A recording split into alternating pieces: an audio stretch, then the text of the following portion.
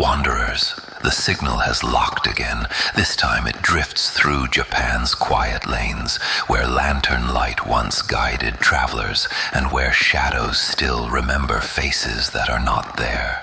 They call it the Noppera-bō, the faceless one. At first, a stranger like any other. But look again, and the features melt away, leaving only smooth skin where eyes, nose, and mouth should be. Stay close, sleepless. The frequency carries its story now. The question is not only what hides behind the missing face, but why it lingers in the dark. Imagine this. You're walking home late at night along a quiet road. The moon is high, its light pale against the dark, and all around you, the sound of cicadas fills the silence.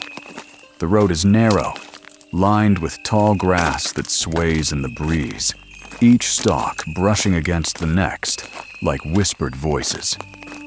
In the distance, the faint glow of lanterns flickers outside wooden houses, their light trembling as though the flames are nervous too. From somewhere unseen, the faint clack of geta sandals echoes across the stillness, quick footsteps that vanish as soon as you stop to listen. The air smells faintly of smoke, hearth fires burning low for the night, mixed with the damp, earthy scent of riverbanks nearby. Up ahead, you notice someone walking alone. Their back is turned, nothing unusual about them. Perhaps a farmer returning home, a traveler like yourself. You catch up, your footsteps crunching on the path, and the stranger turns to greet you. And then you see it. No eyes, no nose, no mouth, nothing at all. Just a smooth, pale surface where a face should be. The Noppera-bō, the faceless ghost. At first you think it must be a trick of the moonlight. Your breath catches, your mind scrambling to explain what you see. But the blankness is real. Smooth, pale skin stretches across where a face should be, unbroken and expressionless. The lantern light that reaches them bends strangely, failing to catch any shadow of nose or lips. The face, if it can be called that, gleams faintly like porcelain, cold and unnatural. You want to look away, but the emptiness draws your gaze, a void where humanity should be. And then they tilt their head, slowly, curiously, as though they are studying your face instead. The sound of cicadas fades, leaving the night hollow. The crackle of your footsteps seems too loud, echoing as though the road itself is stretching out beneath you. You open your mouth to speak, to ask who they are or what they want, but the words fail. How can you speak when you stare at someone who has no mouth to answer you with? Some say the Nopperabo vanish if you show fear. Others say they move closer, silent and unrelenting, until their smoothness is all you see. A blank mirror, a reminder of what you are and what you might lose. Her story? Not quite. Their story changes with every telling. For the Nopperabo, there is no fixed face, no fixed gender, only the erasure of identity itself. Some tales speak of a weary farmer walking home late, lanterns swaying, geta sandals scraping against the road. A neighbor greets him, glad to see him safe in the night. But when he turns his head, there is nothing there. Just pale, blank skin where his smile should be.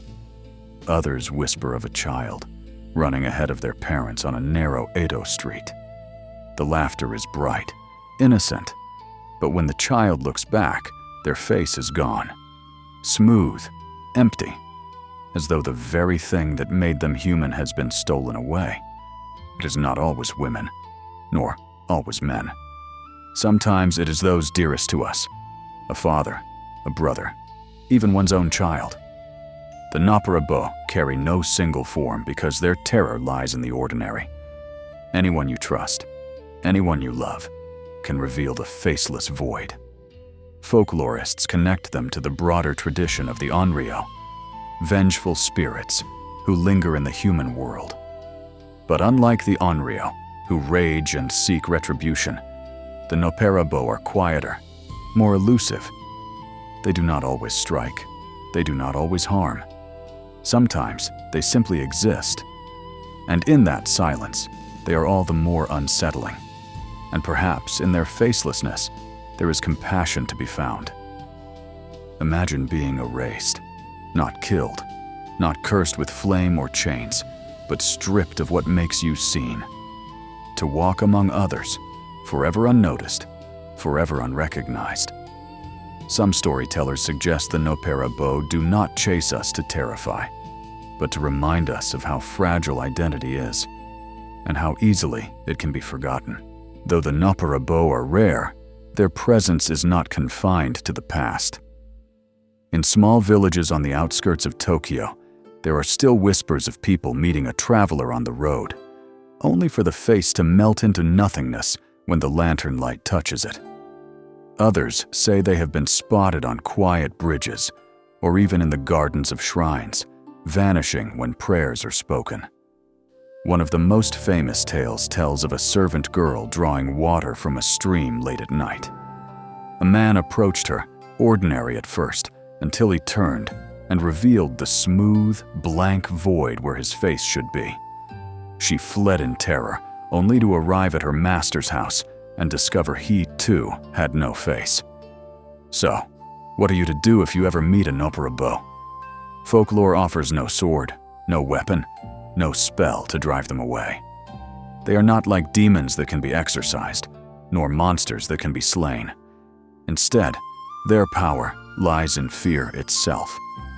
If you remain calm, if you refuse to show terror, the Nopperabo may simply vanish, as though your refusal to acknowledge their void denies them their power. In some regions, people whispered that a simple prayer, spoken softly under the breath, was enough to keep the faceless away. Others believed carrying a charm from a shrine, or even salt, could ward them off. But the truth may be simpler still. The Nopperabo are mirrors. They appear when we least expect it, stripping away familiarity to show us emptiness. If you look at them without flinching, without surrendering to fear, they fade, leaving only silence and the echo of footsteps on the road. Even now, whispers of the Nopperabo drift through quiet neighborhoods and countryside paths. Sightings are rare, fleeting, but enough to keep the story alive. A blank face glimpsed under the glow of a lantern, a traveler who turns, then vanishes. Some say they are tricksters, haunting crossroads and bridges for their own amusement. Others believe they are guardians, warning us away from places where the living do not belong. But perhaps the cruelest truth is this: to be a Nopperabo is to be unseen, to walk through the world stripped of the thing that gives us connection, a face, an identity, a way to be remembered. In that light, the faceless ghost is not just a figure of horror. He is a man erased from memory. He is a child whose laughter echoes, but whose face is gone. He is every forgotten soul who lingers, not to harm, but to be noticed, if only for a moment. And maybe, wanderer, the true terror is not the faceless staring back at you, but the thought that one day you too could be forgotten. Not with screams or fire, but with silence. With blankness, even in the present day, the Nopperabo continues to haunt the imagination. In a world where masks have become common, where faces are hidden in crowded trains or beneath city lights, the idea of the faceless spirit feels closer than ever. Imagine a subway car after midnight, rows of tired commuters, their features obscured by masks, the hum of fluorescent lights above. You glance at the person beside you, but for a moment your mind wanders. What if there was nothing underneath? Reports of the Nopperabo surface even now, woven into urban legends across Japan. A man alone on a country road, swears the stranger who asked him for directions had no eyes, no mouth. A woman in Shinjuku dreams of faceless passengers riding with her every night, staring without staring. The faceless spirit adapts because it speaks to something universal: our fear of the unfamiliar, our dread of losing identity. In an age of digital screens and blurred avatars, where faces can be edited, erased, or replaced, the Noppera-bō feels like a reminder that even now, we cannot always trust what we see. And perhaps that is why the legend has survived for centuries, because the Nopperabo is not only an Edo period ghost, but a mirror held up to every era. Whether on lantern-lit paths of old Japan or in neon-lit city streets, the faceless ghost waits where we least expect him, reminding us of the silence behind the mask. The signal has dimmed wanderers, yet the faceless one lingers in the silence. Perhaps it was he who guided the frequency tonight, bending the static until his story was told. The Nopperabo leaves us with more than fear. He leaves us with a question: what are we if our faces, our very selves, are stripped away? A ghost of honor, of memory, of being. That is what walks beside you when the night grows long. And remember, he is not alone. The signals do not end here.